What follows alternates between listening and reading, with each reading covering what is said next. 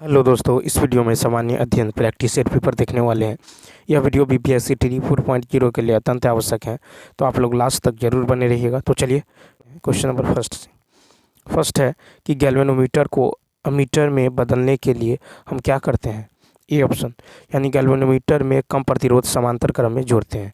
तो गैल्वेनोमीटर को अमीटर में बदलने के लिए गैल्वेनोमीटर में कम प्रतिरोध समांतर क्रम में जोड़ते हैं।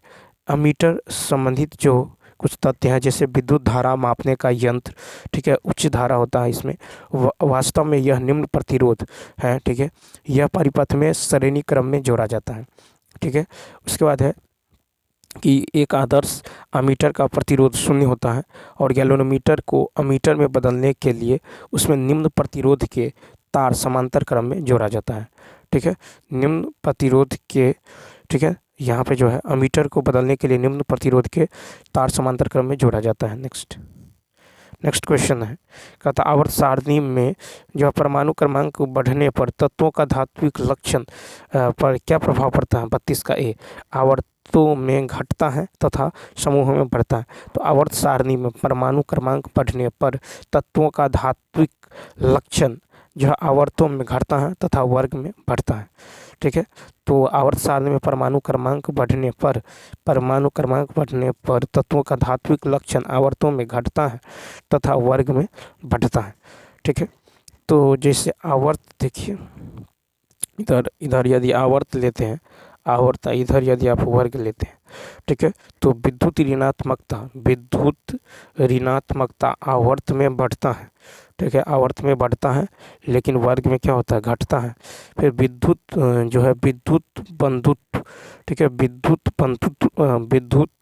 बंधुत्व की बात करें तो ये भी जो है यहाँ पे बढ़ता है, लेकिन वर्ग में क्या होता है, घटता है, ठीक है। धात्विक गुण की यदि बात करें, धात्विक गुण जो है यहाँ पे आवर्त में घटता है तो वर्ग में क्या होता है, बढ़ता है। फिर देखिए परमाणु त्रिज्या आवर्त में घटता है, परमाणु त्रिज्या घटता है तो वर्ग में बढ़ता है, ठीक है। तो यहाँ पे आवर्त में विद्युत ऋणात्मकता और विद्युत बंधुत्व जो है बढ़ता है, ठीक है, वर्ग में घटता है। और आवर्त में धात्विक गुण और परमाणु त्रिज्या घटता है लेकिन वर्ग में बढ़ता है। नेक्स्ट क्वेश्चन यदि देखें, कहता है यदि किसी व्यक्ति को दूर की वस्तुएं स्पष्ट रूप से दिखाई नहीं देती हैं तो उसे कौन सा दृष्टि दोष है और जो है कैसे सही किया जा सकता है। तो बी ऑप्शन। तो देखिए निकट दृष्टि दोष अवतल लेंस का उपयोग करके यदि किसी व्यक्ति को दूर की वस्तुएं स्पष्ट रूप से दिखाई नहीं देती हैं तो उसे निकट दृष्टि दोष है और इसे अवतल लेंस का उपयोग करके सही किया जा सकता है। निकट दृष्टि दोष में प्रतिबिंब रेटिना से पहले जो है बनता है तथा दूर बिंदु निकट आ जाता है, ठीक है। निकट दृष्टि दोष में लेंस की वक्रता त्रिज्याएं या फोकस दूरी कम हो जाती हैं या क्षमता बढ़ जाती है, जिसके कारण लेंस व रेटिना के बीच की दूरी बढ़ जाती है, ठीक है। उसके बाद देखिए लेंस की फोकस दूरी और द्वारक के अनुपात को जो है कैमरा की एफ संख्या कहते हैं, ठीक है, एफ संख्या कहते हैं। अब देखिए एफ संख्या बराबर होता है फोकस दूरी बटा द्वारक, ठीक है, फोकस दूरी बटा द्वारक। नेक्स्ट क्वेश्चन है कि निम्नलिखित कारकों में कौन सा जाति उद्वन, ठीक है, जब मौजूद जातियों से नई जातियां विकसित होती हैं में योगदान नहीं करता है। तो ए ऑप्शन, यानी अपसारी विकास। देखिए अपसारी विकास जाति जो उद्वन में योगदान नहीं करता है, किसी जीव के किसी लक्षण में आकस्मिक एवं वंशागत परिवर्तन को जो उत्परिवर्तन कहते हैं, ठीक है।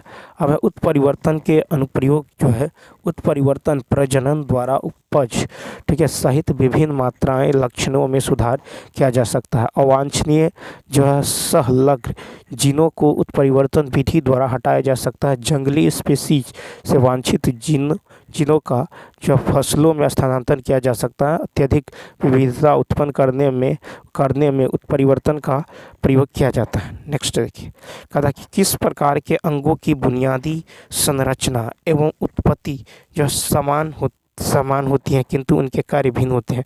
35 का बी। 35 का होगा बी यानी समजात। तो समजात अंगों की बुनियादी संरचना एवं उत्पत्ति समान होती हैं किंतु उनके कार्य भिन्न होते हैं। ठीक है, समजात अंग एक ही पूर्वजों से प्राप्त होते हैं। ठीक है, समजात अंग हमेशा अपसारी विकास जो दिखाते हैं।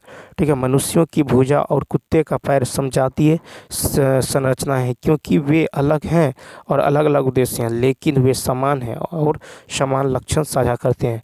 वे अंग जो शारीरिक रूप से भिन्न होते हैं लेकिन क्रियात्मक रूप से समान होते हैं सदृश अंग कहलाते हैं। और उसके बाद अवशेषी अंग ऐसे अंग हैं जो किसी जीव में कार्यहीन दिखाई देते हैं लेकिन अपने पूर्वज में जो है क्रियात्मक होते हैं। मनुष्यों में पूंछ की हड्डी, ठीक है, और ऑर्थोपेडिक्स होते हैं जैसे एग्जाम्पल में। नेक्स्ट क्वेश्चन देखिए, 36 है कि कौन सा विटामिन के की कमी के कारण होता है। ठीक है, कहता कौन सा विटामिन के की कमी, तो यहाँ पे 36 का सी ऑप्शन। तो देखिए, विटामिन के की कमी से रक्त के थक्के जमने की विफलता। ठीक है, उसके बाद विटामिन के का रासायनिक नाम जो है, विटामिन के का रासायनिक नाम है फिलोक्विनोन। विटामिन के का रासायनिक नाम है फिलोक्विनोन। ठीक है, डिम्ब या अंड कोशिका एक गैर जो है प्रेरक मादा युग्मक है जो निषेचन के दौरान जो गतिशील शुक्राणु के साथ फ्यूज होता है। एक परिपक्व डिम्ब के विकास में शामिल प्रक्रिया जो ओजेनेसिस कहलाते हैं। ओव्यूलेशन के दौरान जो डिम्ब गैम्फियन कूप से निकल जाता है और टूट जाता है। फिर अब ब्लास्टोसिस्ट जो है कल्चर विधि में महिलाओं और पुरुष से अंडा व शुक्राणु निकाल कर जो भ्रूण तैयार किया जाता है। नेक्स्ट 37 है कि अयस्कों का भर्जन क्यों किया जाता है, बी ऑप्शन। तो सल्फर निकालने के लिए, अयस्कों का भर्जन सल्फर निकालने के लिए किया जाता है। कहता है कि वह रासायनिक क्रिया जिसमें अयस्क हवा की उपस्थिति में उसके गलनांक से नीचे के ताप पर गर्म किया जाता है भर्जन कहलाती है। भर्जन क्रिया के दौरान सल्फर आर्सेनिक जैसे तत्व भाप बनकर अशुद्ध ऑक्साइड के रूप में अलग हो जाता है, जैसे H+O2SO2। वह प्रक्रिया जिसमें अयस्क को उसके गलनांक से कम ताप पर वायु की अनुपस्थिति में गर्म करते हैं, उसे निष्पादन करते हैं। ठीक है, जैसे Fe2O3 और 3H2, ये बनेगा आपको Fe2O3 + 3H2। नेक्स्ट 38 नंबर की यदि बात करें तो कहता है कि सामान्य शोषण के दौरान ली जाने वाली और निकाली जाने वाली जो हवा की मात्रा को क्या कहते हैं, सी ऑप्शन ज्वारीय आयतन। तो सामान्य शोषण के दौरान ली जाने वाली और निकाली जाने वाली हवा की मात्रा को जो है ज्वारीय आयतन कहा जाता है। ज्वारीय आयतन पुरुषों में लगभग 500 ml और महिलाओं में यह 400 ml होता है। वायु का वह आयतन जो बलपूर्वक उच्छ्वासित होने के बाद भी फेफड़े में शेष रह जाता है और उसकी आयतन कहलाता है। ठीक है, उसके बाद स्वस्थ वयस्कों में औसत फेफड़ों की जो है क्षमता लगभग 6 लीटर होता है। मनुष्यों में जो अवशिष्ट आयतन लगभग 1100 से 1200। नेक्स्ट क्वेश्चन नंबर देखिए, नेक्स्ट है कि मार्च 2024 में अंतर्राष्ट्रीय संस्कृति पुरस्कार से जो है किसे सम्मानित किया गया है। तो 2024 में यदि बात करें तो ये हो जाएगा बी ऑप्शन यानी मीना चरंदा को। तो देखिए, मार्च 2024 में अंतर्राष्ट्रीय संस्कृति पुरस्कार से प्रोफेसर मीना चरंदा को सम्मानित किया गया है। ठीक है, सुकरात सोशल रिसर्च यूनिवर्सिटी ट्रस्ट के द्वारा शिक्षा और समाज सेवा के क्षेत्र में उल्लेखनीय कार्य के लिए प्रोफेसर मीना चरंदा को अंतर्राष्ट्रीय संस्कृति पुरस्कार से सम्मानित किया गया है। प्रोफेसर मीना चरंदा दिल्ली विश्वविद्यालय के कालिंदी कॉलेज की प्रिंसिपल है। नेक्स्ट देखिए, नेक्स्ट है कि किस राज्य में दुनिया के सबसे बड़े तांबा विनिर्माण संयंत्र का जो शुभारंभ किया गया है। 40 का ए गुजरात। तो देखिए, गुजरात राज्य में दुनिया के सबसे बड़े तांबा विनिर्माण संयंत्र का शुभारंभ किया गया। हाल ही में अडानी के नेतृत्व वाले समूह ने गुजरात की मुंद्रा में दुनिया के सबसे बड़े तांबा विनिर्माण संयंत्र के पहले जो है चरण की शुरुआत की है। नेक्स्ट देखिए, फिर कहता हाल ही में अंतर्राष्ट्रीय बाजरा वर्ष 2023 का समापन समारोह कहाँ पर आयोजित हुआ है। तो बाजरा की यदि बात करें तो यहाँ पे जो हो जाएगा भारत, फ्रांस और इटली में 41 का बी ऑप्शन इटली। तो इटली में हाल ही में अंतर्राष्ट्रीय बाजरा वर्ष 2023 का जो है समापन समारोह आयोजित किया हुआ है। ठीक है, इटली में हाल ही में अंतर्राष्ट्रीय बाजरा वर्ष 2023 का समापन जो है समारोह जो आयोजित हुआ है। फिर 29 मार्च 2024 को खाद्य और कृषि संगठन FAO ने जो अंतर्राष्ट्रीय बाजरा वर्ष 2023 का समापन समारोह रोम इटली में आयोजित किया। संयुक्त राष्ट्र महासभा ने भारत के एक प्रस्ताव के बाद 2023 को अंतर्राष्ट्रीय बाजरा वर्ष घोषित किया है। संयुक्त राष्ट्र खाद्य एवं जो कृषि संगठन UNFAO का मुख्यालय रोम इटली में है। नेक्स्ट क्वेश्चन है कहता हाल ही में फिक्की महिला संगठन की अध्यक्ष कौन बनी है। 42 का सी ऑप्शन यानी जयश्री दास वर्मा। तो जयश्री दास वर्मा फिक्की महिला संगठन की अध्यक्ष बनी है। जयश्री दास वर्मा ने उद्योग मंडल फिक्की महिला संगठन के जो है 41वें राष्ट्रीय अध्यक्ष पदभार संभाला। फिर FLO दक्षिण पूर्व एशिया का सबसे पुराना महिला केंद्रित कारोबारी संगठन है। नेक्स्ट फिर है कि भारत का पहला जो राष्ट्रीय डॉल्फिन अनुसंधान केंद्र जो कहाँ स्थापित किया गया है। तो ए ऑप्शन पटना में। तो भारत का पहला राष्ट्रीय डॉल्फिन अनुसंधान केंद्र पटना में स्थापित किया गया है। गंगा नदी की डॉल्फिन भारत का राष्ट्रीय जलीय जीव है। ठीक है, तो यहाँ पे है कि यह वन्य जीव संरक्षण अधिनियम 1972 के तहत अनुसूची 1 का जानवर है। ठीक है, इसे प्रकृति के संरक्षण के लिए अंतर्राष्ट्रीय संघ द्वारा एक लुप्तप्राय प्रजाति घोषित किया गया। डॉल्फिन के समूह को जो है पॉड कहा जाता है। ठीक है, डॉल्फिन एक दूसरे को संदेश देने के लिए अलग अलग आवाज़ें निकालती है। ये अल्ट्रासाउंड तरंगों के माध्यम से एक दूसरे के साथ संवाद करती हैं। नेक्स्ट क्वेश्चन है कि भारत में एक साथ चुनाव कराने के मुद्दे की जांच के लिए जो गठित समिति का प्रमुख जो किसे बनाया गया था। तो यहाँ पे जो 44 का होगा सी रामनाथ कोविंद।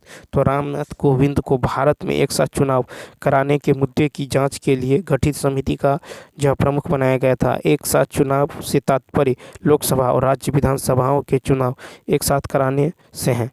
इससे चुनाव प्रक्रिया सुव्यवस्थित होगी और खर्च भी कम होगा।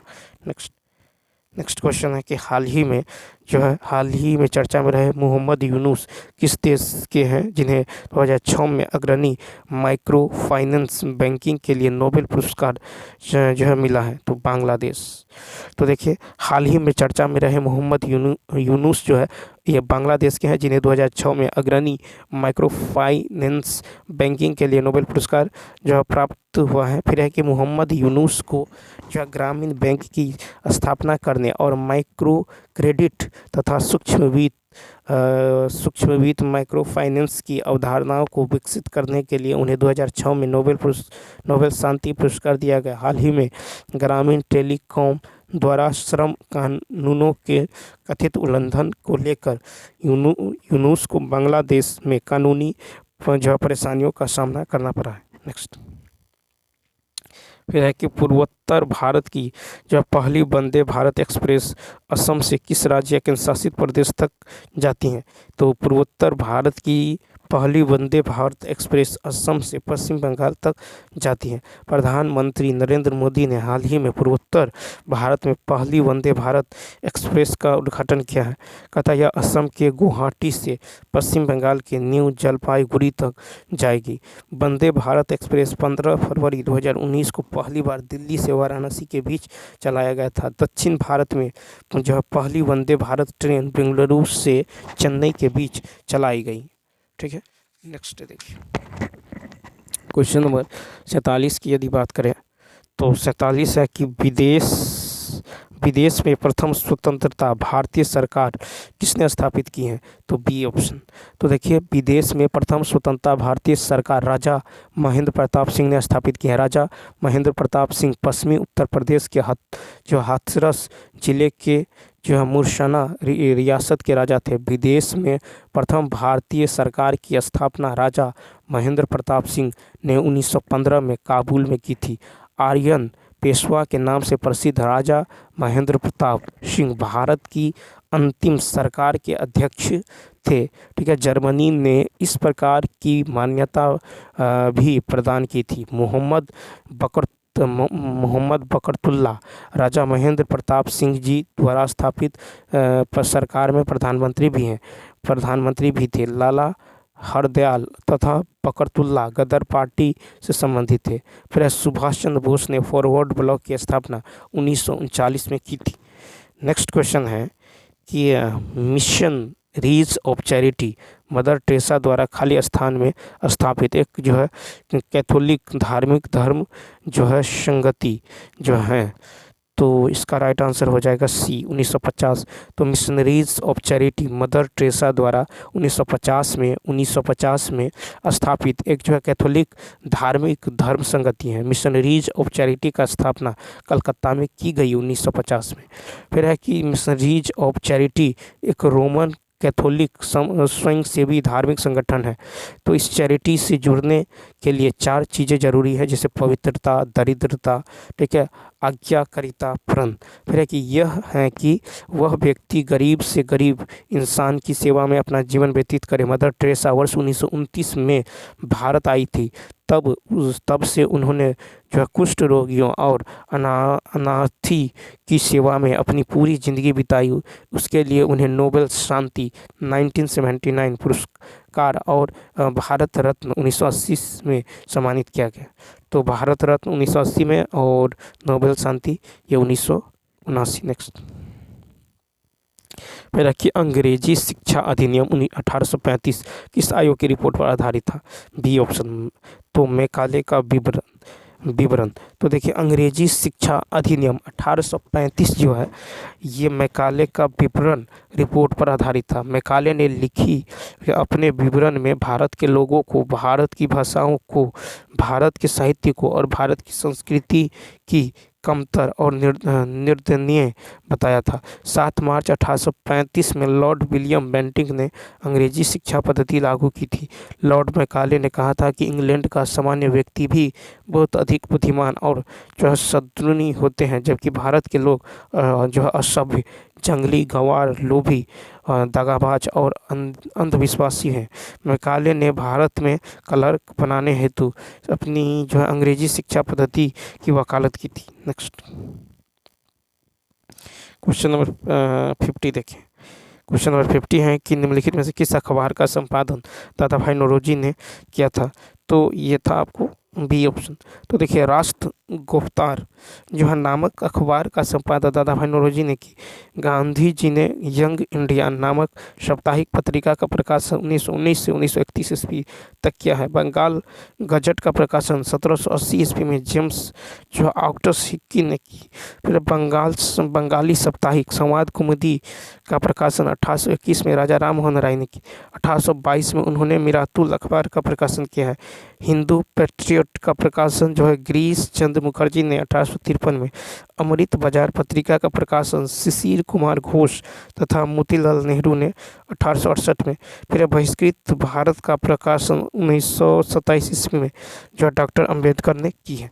क्वेश्चन नंबर देखिए 51 कहता है स्वतंत्रता सेनानी देशबंधु चित्तरंजन दास का पेशा क्या था? सी ऑप्शन वकील। तो स्वतंत्रता सेनानी देशबंधु चित्तरंजन दास का पेशा वकील जो है वकालत था।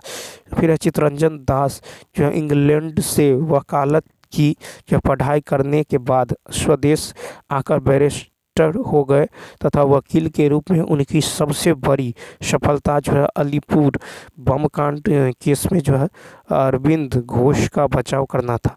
उन्होंने कहा था कि स्वराज आम जनता के लिए होना चाहिए, केवल वर्गों के लिए नहीं। फिर चित्तरंजन दास को देशबंधु के नाम से जाना जाता है। 1923 ईस्वी में स्वराज दल की स्थापना चित्तरंजन दास एवं मोतीलाल नेहरू ने की थी। CR दास स्वराज पार्टी के जो अध्यक्ष तथा मोतीलाल नेहरू इसके महासचिव थे। नेक्स्ट क्वेश्चन है, ईस्ट इंडिया कंपनी जो है अधिनियम 1813 को खालिस्तान के रूप में जाना जाता है। बी ऑप्शन चार्टर अधिनियम। तो ईस्ट इंडिया कंपनी अधिनियम 1813 को चार्टर अधिनियम के रूप में जाना जाता है। कहता इस एक्ट के द्वारा कंपनी के अधिकार पत्र को 20 वर्षों के लिए बढ़ा दिया गया। इस चार्टर द्वारा अब केवल जो है कंपनी का चीन देश के साथ व्यापार और जो है चाय के व्यापार पर एकाधिकार बरकरार रखा गया। चार्टर 1813 के द्वारा प्रथम बार जो है कंपनी को जो है सालाना 1 लाख रुपए शिक्षा पर खर्च करने का आदेश दिया। कंपनी ने पश्चात विज्ञान के विकास पर खर्च कराने का निर्णय लिया। फिर इस एक्ट द्वारा ईसाई मिशनरियों को भारत में धर्म प्रचार की अनुमति जो औपचारिक रूप से दी गई। भारतीय परिषद अधिनियम 1861 ने बम्बई और मद्रास प्रेसिडेंसियों को कानून बनाने की शक्ति जो वापस देकर विकेंद्रीकरण की प्रक्रिया की शुरुआत की। भारत स्वतंत्रता अधिनियम 1947 द्वारा माउंटबेटन योजना को संवैधानिक रूप दिया गया। नेक्स्ट है कि महात्मा गांधी जी ने 1919 में किस अधिनियम के खिलाफ राष्ट्रव्यापी जो सत्याग्रह शुरू करने का निर्णय लिया था। तो सी ऑप्शन। तो देखिए महात्मा गांधी जी ने 1919 में रॉलेट एक्ट इंडिया एक्ट अधिनियम के खिलाफ जो है राष्ट्रव्यापी सत्याग्रह शुरू करने का निर्णय लिया था। रॉलेट अधिनियम के द्वारा अंग्रेजी सरकार जिसको चाहे जब चाहे बिना मुकदमा चलाए जेल में बंद रख सकती थी। इसलिए इस कानून को जो है बिना वकील, बिना अपील तथा बिना दलील का कानून कहा था। लॉर्ड चेम्सफोर्ड 1916 से 1921 ईस्वी के कार्यकाल में 1919 में रॉलेट एक्ट पारित हुआ था। गांधी जी ने रॉलेट सत्याग्रह के लिए 3 राजनीतिक मंचों का उपयोग किया था: होम रूल लीग, खिलाफत और सत्याग्रह। फिर कि पिट्स इंडिया एक्ट 1784 द्वारा कंपनी के राजनीतिक और व्यापारिक कार्यों का पृथक्करण किया गया है। 1773 के रेगुलेटिंग एक्ट जो है विनियमन अधिनियम द्वारा कलकत्ता में सुप्रीम कोर्ट की स्थापना का प्रावधान किया गया था, जिसकी स्थापना 1774 में की गई। वर्ष 1859 में अंतर्देशीय उत्प्रवास अधिनियम पारित किया गया था, ठीक है, जिसके तहत श्रमिकों को बिना अनुमति के चाय बागानों को छोड़ने की अनुमति नहीं थी। नेक्स्ट क्वेश्चन है कि गवर्नर जनरल लॉर्ड डलहौजी ने किस साम्राज्य को चेरी नाम दिया था। तो ए ऑप्शन। तो देखिए गवर्नर जनरल लॉर्ड डलहौजी ने अवध साम्राज्य को चेरी नाम दिया था। 1856 में अवध राज्य का विलय कुशासन का आरोप लगाकर किया था। डलहौजी का कार्यकाल भारतीय गवर्नर जनरल के रूप में 1848 से 1856 तक था। डलहौजी ने व्यक्तिगत सिद्धांत यानी हड़पने की नीति का प्रयोग जो भारत में ब्रिटिश साम्राज्य के विस्तार के लिए किया था। व्यक्तिगत के सिद्धांत के आधार पर पहला राज्य जो सतारा को 1848 ईस्वी में हड़प नीति का शिकार बनाया। यह कि व्यक्तिगत के सिद्धांत के आधार पर जो है जेतपुर और संभलपुर 1849 ईस्वी में, जो है बघाट 1850 में, उदयपुर 1852 में, झांसी जो 1853 में और नागपुर 1854 में भारतीय ब्रिटिश साम्राज्य में मिला लिया। डलहौजी ने 29 मार्च 1849 ईस्वी में पंजाब का विलय भारतीय ब्रिटिश साम्राज्य में कर दिया। द्वितीय आंग्ल वर्मा युद्ध 1852 में डलहौजी के समय में हुआ था। नेक्स्ट कहता है कि कौन सा शब्द समुद्री वातावरण में एक ऐसी जलवायु स्थिति को संदर्भित करता है जिसके परिणाम स्वरूप जल निकाय सर्वाधिक रूप से जो गर्म होता है। 55 का होगा ए अल नीनो। तो देखिए अल नीनो शब्द समुद्री वातावरण में एक ऐसी जलवायु स्थिति को संदर्भित करता है जिसके परिणाम स्वरूप जल निकाय जो आवधिक रूप से गर्म होता है। अल नीनो एक गर्म जलधारा है जिसकी उत्पत्ति पेरू के तट पर समानांतर उत्तर से दक्षिण की ओर होता है। अल नीनो भारतीय मानसून को नकारात्मक रूप से प्रभावित करता है। अल नीनो एक शीतल जो है जलधारा है जिसकी उत्पत्ति पेरू के तटवर्ती क्षेत्रों में होती है। अल नीनो को ईसु सिसु तथा ला नीनो को उनकी छोटी बहन के रूप में मान्यता दी जाती है। नेक्स्ट है कहता है कि जियोमोर्फोलॉजी जो कि भौतिक भूगोल की एक शाखा है किस क्षेत्र के अध्ययन के लिए समर्पित है, तो बी ऑप्शन। तो देखिए जियोमोर्फोलॉजी जो कि भौतिक भूगोल की एक शाखा है वैकल्पिक से भू आकृतियों का अध्ययन के लिए जो समर्पित है। फिर आधुनिक भूविज्ञान का पिता जेम्स हटन है। ठीक है, भूगोल शब्द का सर्वप्रथम प्रयोग ग्रीक विद्वान इरेटोस्थनीज ने किया था, इसलिए इन्हें भूगोल का पिता कहा जाता है। आधुनिक भूगोल का जनक अलेक्जेंडर वोन जो है हम्बोल्ट को कहा गया है। वायुमंडलीय अध्ययन को जो है सो मीटियोरोलॉजी कहते हैं। ठीक है, वायुमंडल के अध्ययन को मीटियोरोलॉजी कहते हैं। मृदा के अध्ययन को भूमि विज्ञान यानी पेडोलॉजी कहते हैं। नेक्स्ट कहता है कि हिमालय के किस पुष्प में जो है मूर्तिरोधी यानी एंटीसेप्टिक गुण होते हैं और इसलिए यह जो है खरोचों को ठीक करने में मदद कर सकता है, सी ऑप्शन। तो ब्रह्म कमल, तो हिमालय के ब्रह्म कमल में मूर्तिरोधी एंटीसेप्टिक गुण होते हैं, इसलिए यह खरोचों को ठीक करने में मदद करता है। पौराणिक कहावत के अनुसार जो ब्रह्म कमल वह पुष्प है जिस पर भगवान शिव जल छिड़क कर भगवान गणेश को जो है जीवित किए थे। ठीक है, और देखिए इनमें उपयोगी जो है इनके कार्यों में उपयोगी है आपको मधुमेह, ठीक है, लीवर की सूजन, रक्त विकार, पोलियो और बैक्टीरिया रोधी। ठीक है, कुछ जो है औषधीय पादप हैं और इनका उपयोग है सर्पगंधा से रिस्प्रेनिली जो प्राप्त की मानसिक रोगों में उपयोग करता है। तुलसी से जो है यूजीनोन एवं कार्वोकॉल प्राप्त होता है जो खांसी, ज्वर एवं पेट दर्द में उपयोगी है। नेक्स्ट फिर है कि झारखंड की गुआ खान जो किस खनिज से संबंधित है, तो बी ऑप्शन। तो देखिए झारखंड की जो गुआ खान है ये लौह अयस्क खनिज से संबंधित है। भारत में लौह अयस्क के कुल जो है आरक्षित भंडारों का लगभग 95% भंडारण ओडिशा, झारखंड, छत्तीसगढ़, कर्नाटक, गोवा, आंध्र प्रदेश तथा तमिलनाडु में है।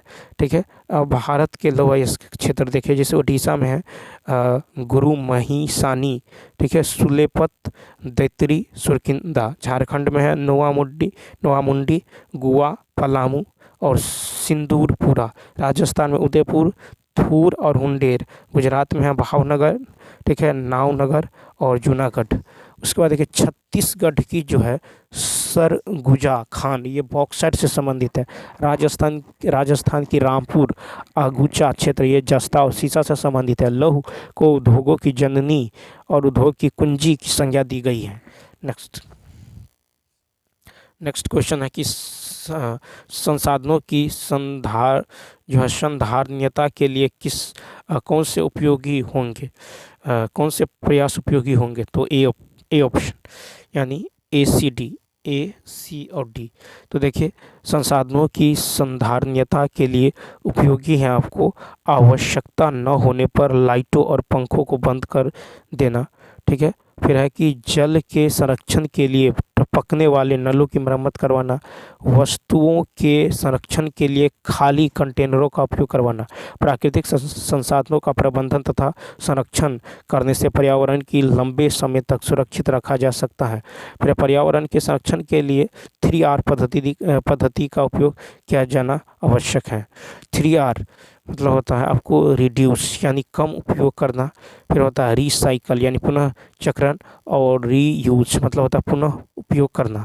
ठीक है, प्राकृतिक संसाधनों का नियंत्रण एवं नियमित उपयोग करते हुए पर्यावरण को प्रभावित किए बिना संसाधनों को अगली पीढ़ी के लिए उपलब्धता सुनिश्चित करना, ठीक है, संपुषित प्रबंधन कहलाता है। नेक्स्ट 60 नंबर तथा वायुमंडल की समताप मंडल परत में ओजोन 6 निम्नलिखित में से किसके लिए उत्तरदायी है, तो यहाँ पे होगा ए ऑप्शन। तो देखिए वायुमंडल की समताप मंडल परत में ओजोन 6 पृथ्वी की सतह पर पहुँचने वाले यूवी विकिरणों में वृद्धि के लिए उत्तरदायी है। ओजोन क्षोभ मंडल के ऊपर वाली परत को समताप मंडल कहा जाता है। इस परत की खोज जो है टीजरेंस डी बोर्ट तथा रिचर्ड एस मैन द्वारा की गई। समताप मंडल के तापमान में वृद्धि इस मंडल के मौजूद ओजोन गैस द्वारा पराबैंगनी विकिरण तरंगों के अवशोषण तथा विरल घनत्व वाली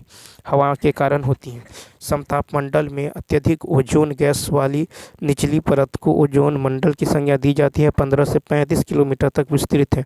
इस मंडल में किसी भी प्रकार की जो है मौसमीय परिघटनाएं घटित नहीं होती है तथा यहाँ वायु क्षैतिज दिशा में चलती है। क्षोभ मंडल को संवहन जो है मंडल कहते हैं।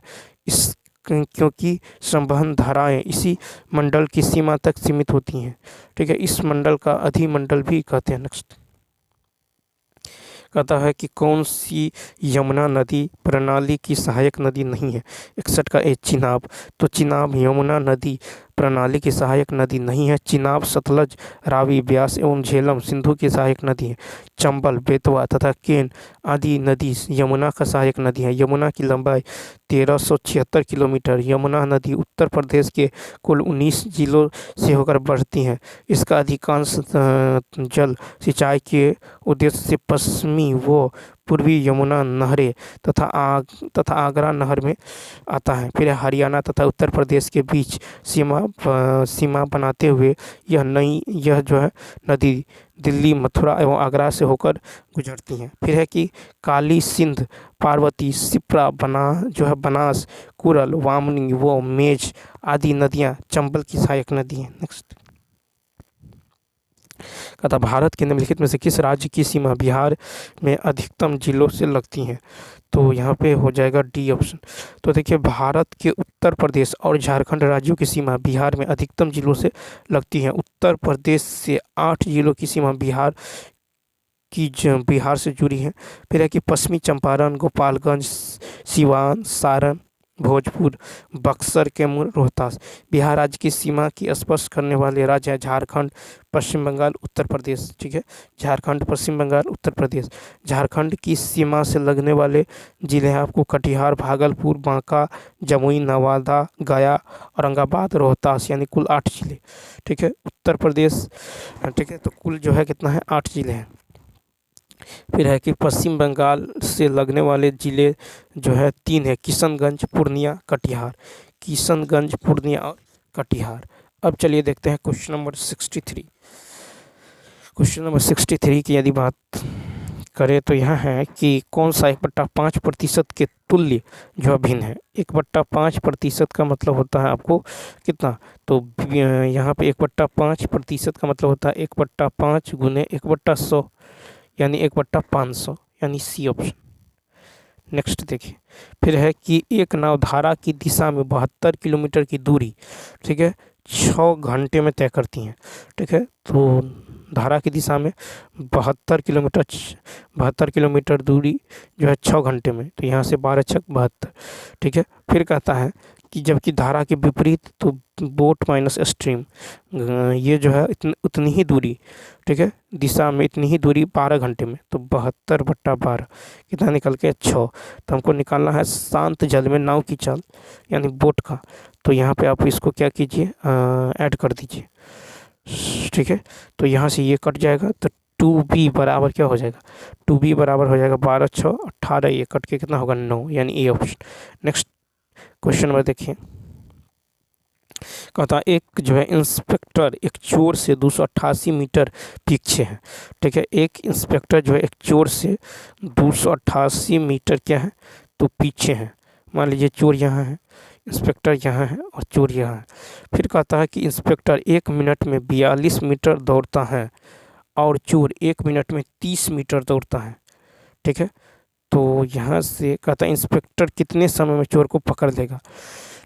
तो यहाँ पे देखिए जो है ये जो है इंस्पेक्टर द्वारा चोर को पकड़ने में लगा जो समय होगा ये होगा 288 और बट्टा में जो है इन दोनों का अंतर ले लीजिए 42 और 30 का। तो 42 और 30 में कितना का अंतर है, 12 का। ठीक है, 42 और 30 में कितना का अंतर है, 12 का। तो इसको 12 से भाग दे दीजिए, तो यहाँ से अब इस समय आपको निकल जाएगा। तो ये कट के कितना होगा, 12 दूनी 24 और 12 चौक 48, यानी 24 मिनट कितना लग जाएगा, तो 24 मिनट जो है इसको लगने वाला है। ठीक है, यानी इसका बी ऑप्शन हो जाएगा। ठीक है, नेक्स्ट कहता एक व्यक्ति के पास लोहे की 3 छड़ें हैं जिनकी लंबाई आपको दे दिया गया है 20, 30, 40। कहता वह तीनों छड़ों में से प्रत्येक से समान लंबाई के टुकड़े काटना चाहता है। कहता यदि वह बिना किसी अवयव के टुकड़े काटता है तो कहता कुल टुकड़ों की न्यूनतम संख्या क्या होनी चाहिए। तो देखिए यहाँ पे क्या करेंगे, पहले 20, 30 और 40 का जो है मौसो निकाल लेंगे। ठीक है, तो मौसो यदि निकालिएगा तो कितना आएगा 10। ठीक है, 10 आएगा। अब जो है टुकड़ों की जो है संख्या निकाल लीजिए। अब कह रहा है कि कुल टुकड़े न्यूनतम संख्या में होनी चाहिए, तो कुल टुकड़ों की संख्या निकाल लीजिए। तो 20/10 प्लस 30/10 प्लस 40/10। ठीक है, यानी हो जाएगा 2 + 3 + 4, कितना हुआ 4, 3, 7, 2, 9, सी ऑप्शन। तो यहाँ पे सी ऑप्शन क्या होने वाला है, राइट होने वाला है।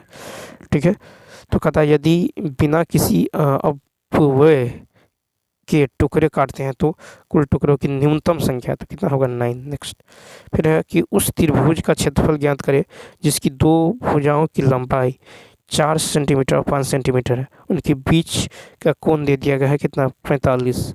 ठीक है, तो यहाँ पे जो है आपको निकालना है। तो देखिए, तो त्रिभुज का क्षेत्रफल जो होता है, त्रिभुज का क्षेत्रफल होता है 1/2 AB साइन थीटा। जब आपको एंगल पता हो तो त्रिभुज का क्षेत्रफल क्या होता है 1/2 AB साइन थीटा। तो ये हो जाएगा आपको 1/2 AB का मतलब हुआ 4 × 5 और साइन 45। ठीक है, तो 2 दूनी 4, 5 दूनी 10 × साइन 45 का मान 1/√2, 10/√2।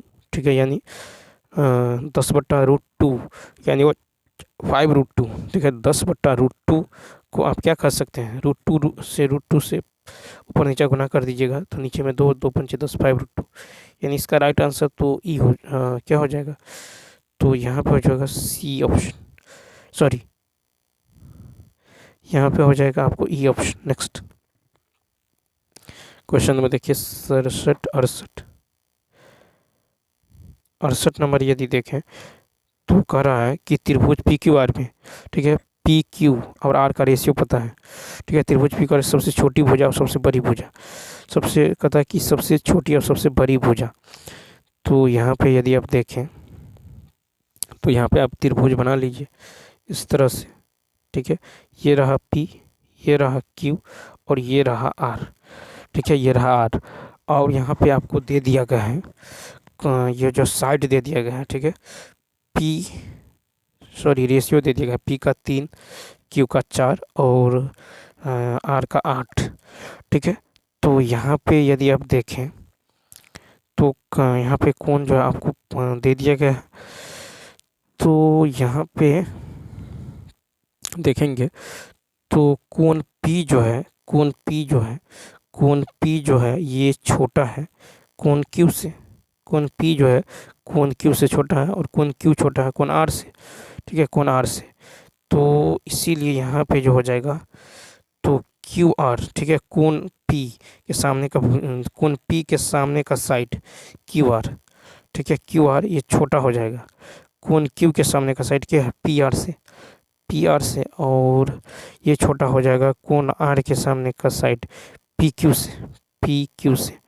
ठीक है, तो देखिए जो एंगल बड़ा होगा उसके सामने की भुजा क्या होगी, बड़ी होगी, और जो एंगल छोटा होगा, छोटा एंगल 3 है और 3 के सामने का साइड क्या है क्यू आर, क्या है क्यू आर। तो छोटी भुजा होगा क्यू आर और बड़ी भुजा होगा, देखिए 8 के सामने का भुजा पी क्यू। तो यहाँ पे राइट आंसर बताइए क्या होगा, तो ए ऑप्शन हो जाएगा। नेक्स्ट फिर कहता है कि यदि जो है किसी निश्चित धनराशि साधारण ब्याज की एक निश्चित दर पर 2 वर्षों और 3 वर्षों में क्रम से इतना हो जाता है तो वह धनराशि। तो देखिए यहाँ पे है साधारण ब्याज की दर पर 3 वर्ष में इतना और 2 वर्ष में, ठीक है, 2 वर्ष और 3 वर्ष में क्रमशः।